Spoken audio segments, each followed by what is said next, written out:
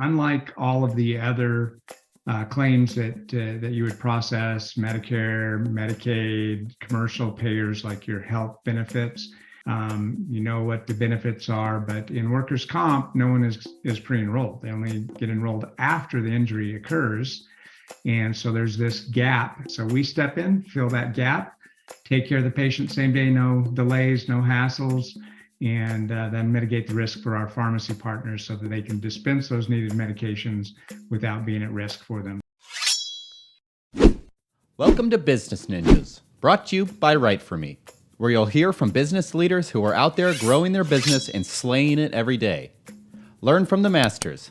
Let's get started.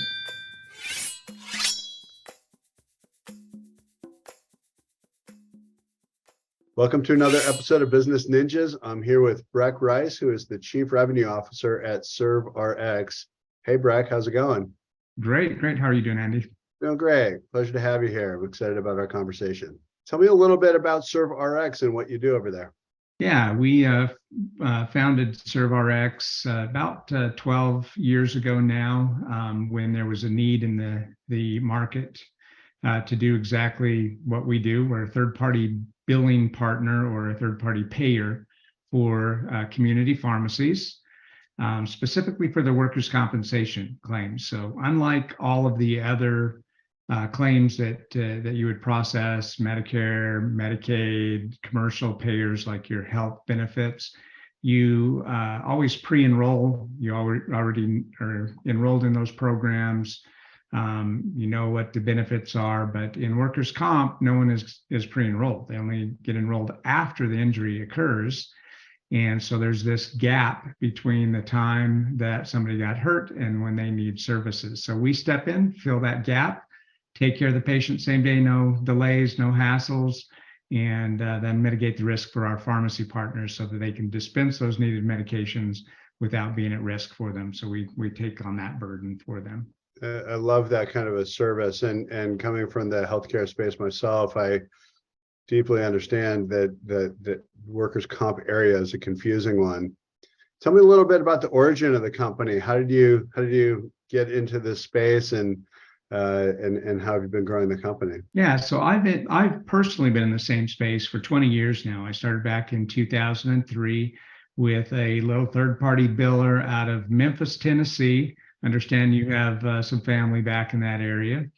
Worked for this company with a nice little generic name for third-party services called Third Party Solutions. So TPS, as most of the pharmacies back in the day knew them. So I went to work to head up their community pharmacy division.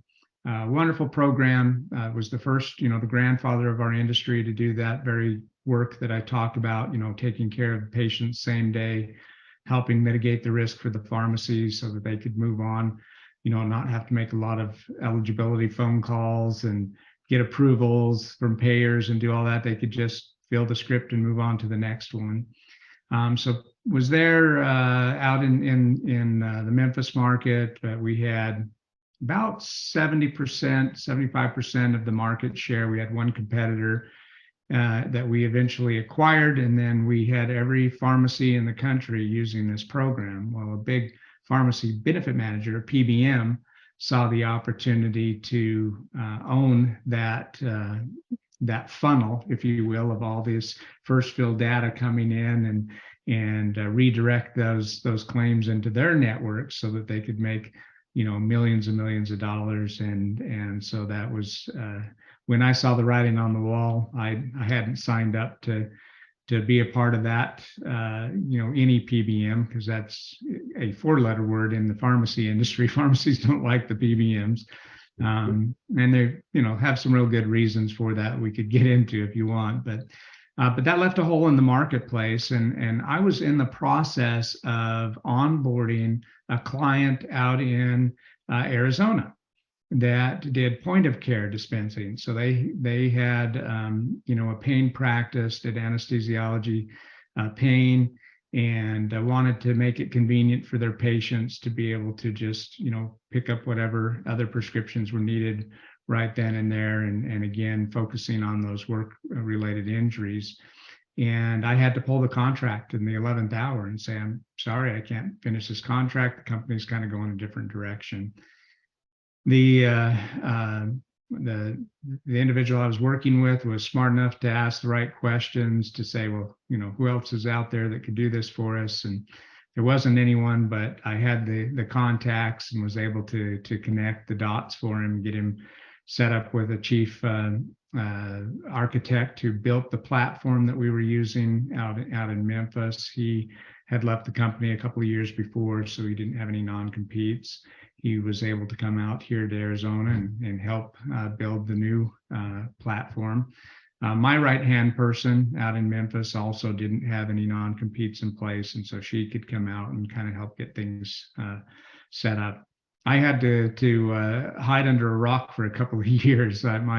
My going away present from the new company was a temporary restraining order. They didn't want me to go out and tell the industry what was about to happen to them. That, hey, you remember those $60, $70, $80 reimbursements you used to get from us? Well, now they're going to turn into $4. Are you cool with that? Wow. So they didn't want that word getting out right away, and so I had a 2-year was a non-compete and then also a temporary restraining order or gag order, basically, to not talk to the industry. So after that ran its course, then we picked up where we left off. I call it the new and improved third-party solutions because it's 20-year newer technology that we have now, and it's ServRx. So we're serving that same community pharmacy industry. We're contracted with about 20,000 pharmacies nationwide, serving patients in all 50 states. Fantastic. I love the entrepreneurial spirit of all of that. Tell me a little bit about, unpack this workers' comp kind of situation for me a little bit. It's a confusing area, I think, for most people. And there's always a lot of questions about it. Maybe start out with the patient side of it, because that's where it always starts.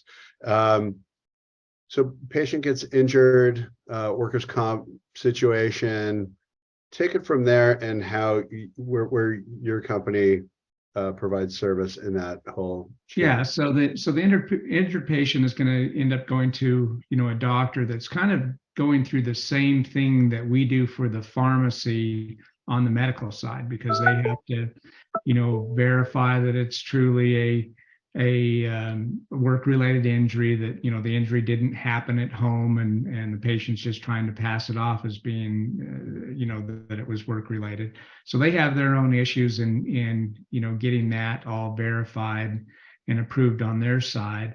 On the pharmacy side, prior to a program like ours, community pharmacies had to figure it out on their own. They would have to, pick up the phone, maybe call the employer. Hey, first off, does this person work for you?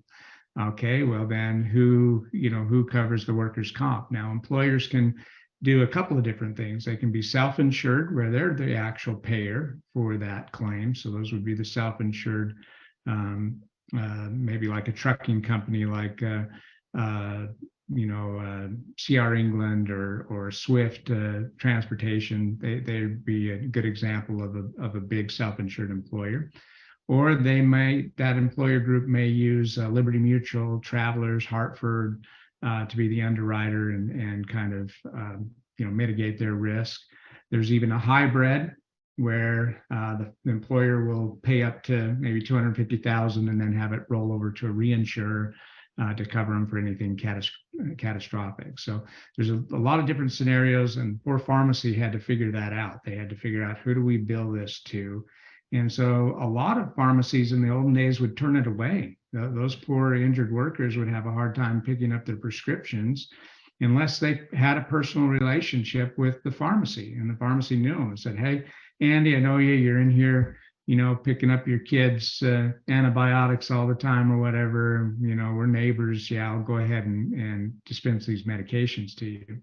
What's key about the workers' compensation program is that it's an entitlement. That employee, that injured worker, doesn't have a copay.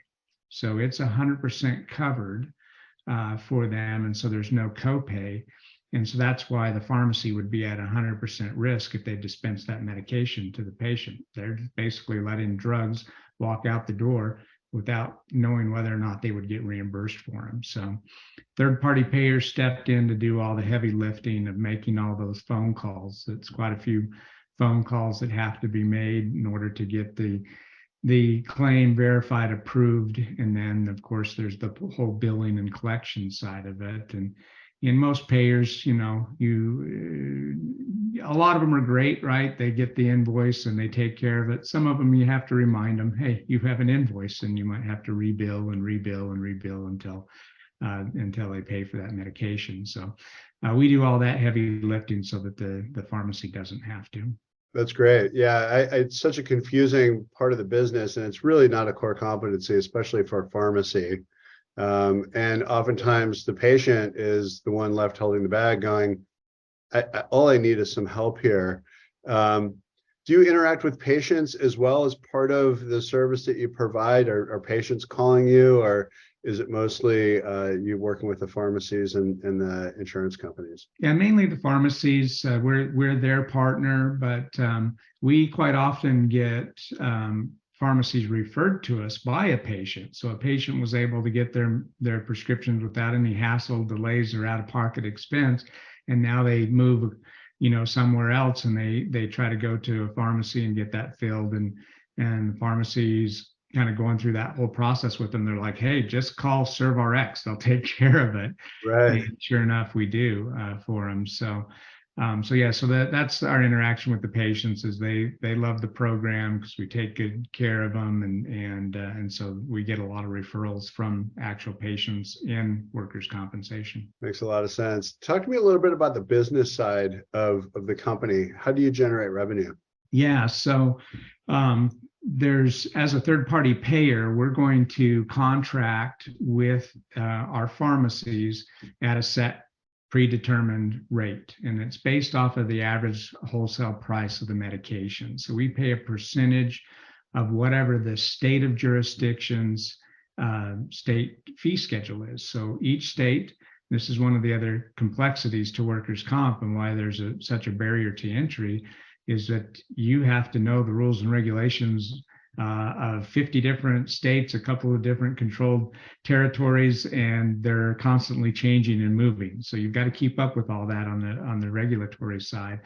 But each state either establishes a state fee schedule, usually a state industrial commission gets together and decides what a fair reimbursement would be, or it could be a UNC state, which is just usual and customary. And so then you're looking at what the average price is for reimbursement for that medication. So we establish a set reimbursement that's usually about 70% of whatever the state fee schedule is. So you would think that there must be a 30% profit margin there. No, there's not. We set that so that it's a guaranteed reimbursement to our pharmacies. They're getting 70%. But we're going to get short paid. We're going to get no pays. We're still guaranteeing to the pharmacy. So we're living off of about a 6 or 7% margin, even when there was a 30% spread there, just because of short pays. Now, to the pharmacy, 70% is amazing. They love that payment because what the pharmacy benefit managers, the PBMs, are paying them are like minus 65, minus 70%. There's one program that's minus 88%. Wow. Very few medications can even be dispensed at a break-even point at minus 88. That means the pharmacy is having to dispense those medications below even their acquisition cost. It's so confusing for the consumer. I can imagine, all of the complexities that you have with your clients. When you're selling this into a pharmacy, who in the pharmacy is your buyer? Who's the main decision maker? Yeah, in our independently owned pharmacies, they may be second, third generation pharmacists running their own independent pharmacy. It's the owners that we're talking to in that situation. If it's a chain, a larger group, maybe a regional chain like a Southeastern Grocers down in Florida, with 300 locations, then we're dealing with a managed care contracting group, specifically doing the contracting with all the payers. Talk a little bit about educating those people, right? Because there's a lot of education that goes into what you do naturally. I'm curious to hear a little bit about what kind of value content marketing has added to your overall mix. As a content marketing guy myself, I love hearing how companies are embracing telling their story through content.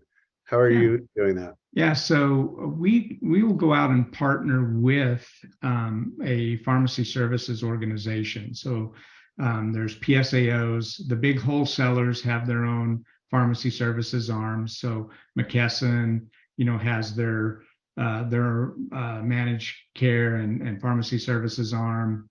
Cardinal has theirs. AmerisourceBergen has theirs. So we go out and partner with them to be a value added service to all the other offerings that they have.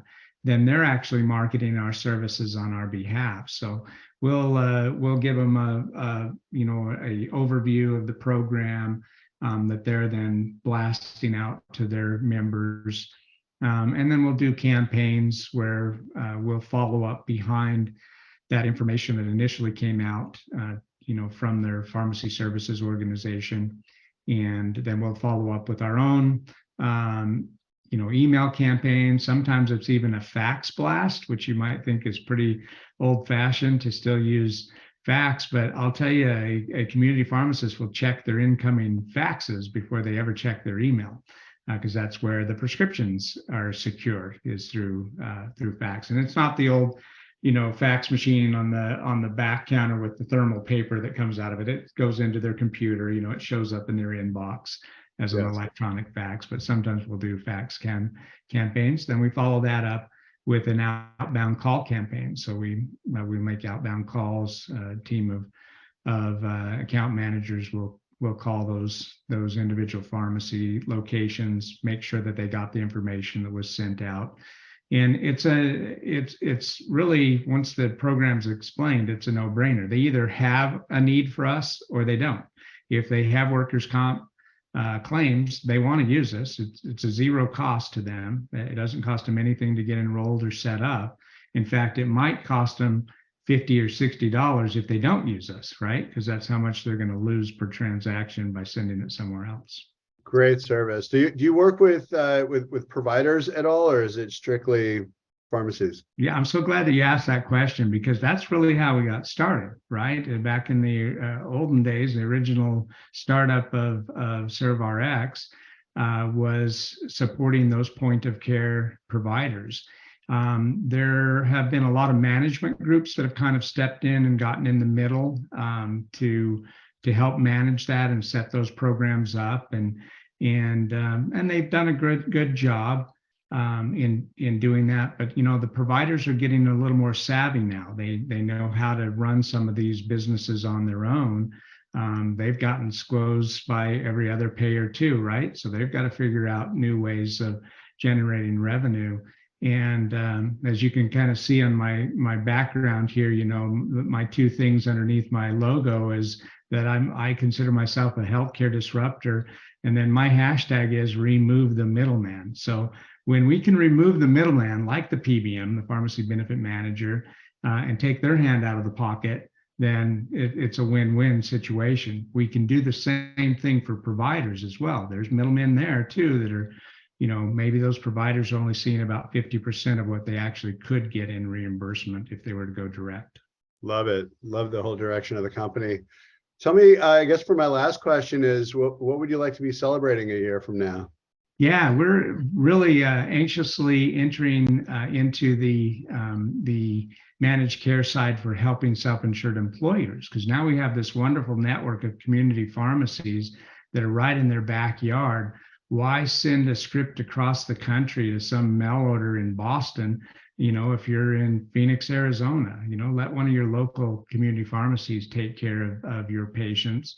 So we have these really fabulous programs that are helping self-insured employers save about 25-30% on what they were spending on a pharmacy program, again, specifically for workers' comp. And then it also helps keep the revenue local to where those employees work. Those are great benefits. Great on both sides of the table there. Well, Breck, it's been a pleasure talking with you and learning more about ServRx. Tell anybody who's listening here how they can find you. Yeah, I'm the only Breck L. Rice on LinkedIn, so that's a really easy way to find me. And then my email is just simply my first name, BRECK, at ServRx.com. Wonderful. Thank you so much, Breck. It's a pleasure talking Thank with you, you. Andy. This has been fun. Great. Likewise. Thank you.